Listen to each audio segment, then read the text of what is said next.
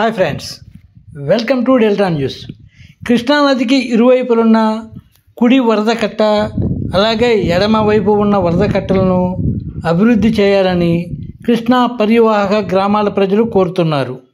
గడచిన 10 ఏళ్లుగా ఈ 2 వరద కట్టలు ఎలాంటి అభివృద్ధి పనులకు నోసుకోకపోవడంతో వరదల సమయంలో 2 కట్టలకు దిగువనున్న గ్రామాల ప్రజలు బిక్కుమంటూ కాలం వెళ్లదీస్తున్నారు.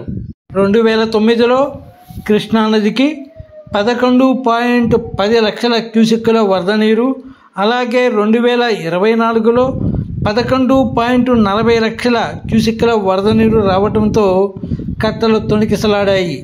ఎక్కడ కట్టలు తెగి గ్రామాల మీద కృష్ణానది పడుతుందో అంటూ పరిసర గ్రామాల ప్రజలు నిద్రలేని రాత్రులు గడిపారు.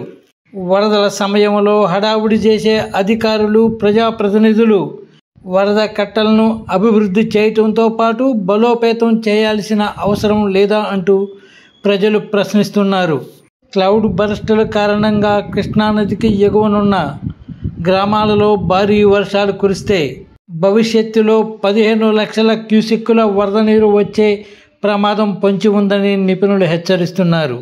కృష్ణానది ఎడమ వైపున ఉన్న వరద కట్టను పరిశీలిస్తే విజయవాడలోని రామలింగేశ్వర నగర్ నుంచి పులిగడ్డ వరకు 58 కిలోమీటర్ల దూరం ఉంటుంది.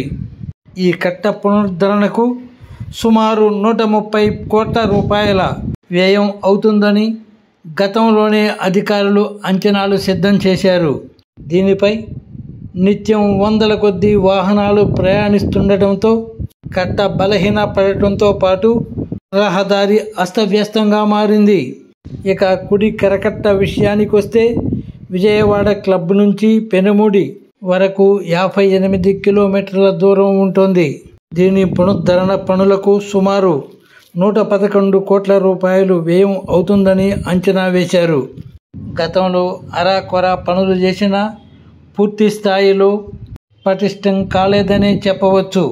ఈ 2 కరకట్టలు ఒకవైపు కృష్ణానది, రెండవ వైపు కాలువలు ఉండటంతో ఏదైనా ప్రమాదం సంభవిస్తే భారీ మూల్యం చెల్లించక తప్పదు. 2 కరకట్టలను అభివృద్ధి పరచడం ద్వారా రైతులకు తమ వ్యవసాయ ఉత్పత్తులు చేర్చుకునేందుకు మరియు పర్యాటక పరంగా అభివృద్ధి చెందేందుకు ఎంతగానో దోహదపడతాయి. ఫ్రెండ్స్, ఇలాంటి ఎన్నో ఇంట్రెస్టింగ్ వీడియోలను మా ఛానల్ ద్వారా వీక్షించేందుకు ఇప్పటివరకు మీరు మా ఛానల్ను సబ్స్క్రైబ్ చేసి ఉండకపోతే వెంటనే సబ్స్క్రైబ్ చేసుకోండి. అలాగే లైక్ చేయడం మర్చిపోకండి.